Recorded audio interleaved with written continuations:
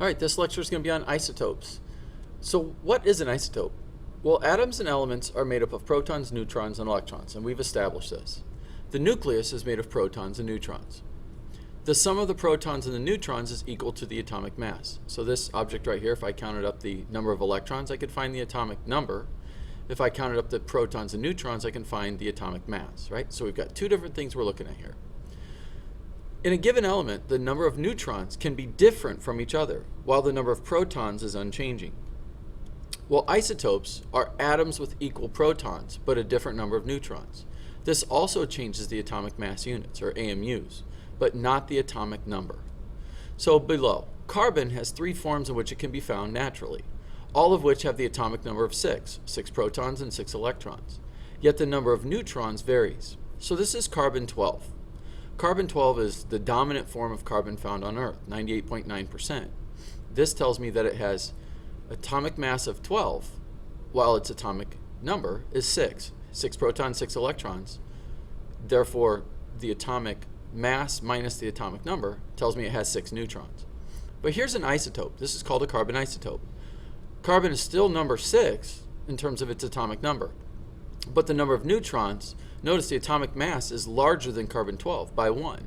So 13 by 6 tells me it has 7 neutrons. And therefore carbon-14 is going to be different yet. Still atomic number 6, but its atomic mass is of 14 AMUs.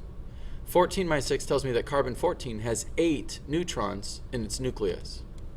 So isotopes are atoms of the same elements that have different numbers of neutrons. The number of protons of an element is the same.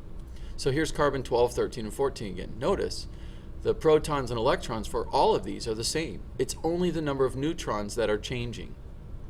Most carbon atoms have 6 protons and 6 neutrons in the nucleus. Some have 7 or 8, right? Carbon-13 and carbon-14. These still have 6 protons and 6 electrons, so it's still carbon. These varying numbers of neutrons are the carbon isotopes. Stable elements do not decay. Unstable isotopes decay or break down.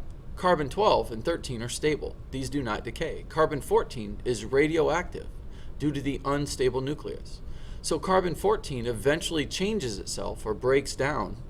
Scientifically, that's called it decays into an atom of nitrogen-14 through the radioactive decay process.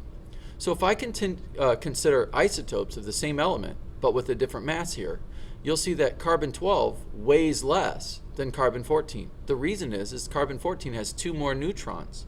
And when I look at this in terms of the atomic mass units, it just has a greater number of neutrons. So notice, protons and neutrons compose the atomic mass of an element. So when I add 2 more neutrons, it's going to weigh more. And this is just kind of a balance to say carbon-14 weighs more than carbon-12. So we'll go back to the final nuclear or force of nature, and we'll see that the weak force, this is a force, the nuclear force, the second strongest force that holds the atom together. This determines the rate of decay, or if it will decay. So the weak force is the second strongest force in nature, and this is what is actually able to hold the atom together and not allow it to decay. So when I look at the 4 different types of forces, we have now studied them all. The strong nuclear force is the strongest of all. It holds protons next to protons. That's what this gorilla here is holding. The weak force is what it holds the atom together so it doesn't break down or decay into another type of material. Electromagnetism is what we're studying with electrostatics. Pluses and minuses are attracted to each other, and therefore like charges are going to repel. Those are electromagnetic forces. And lastly, the weakest of all the forces is gravity, but it's the only force that works or acts over large distances.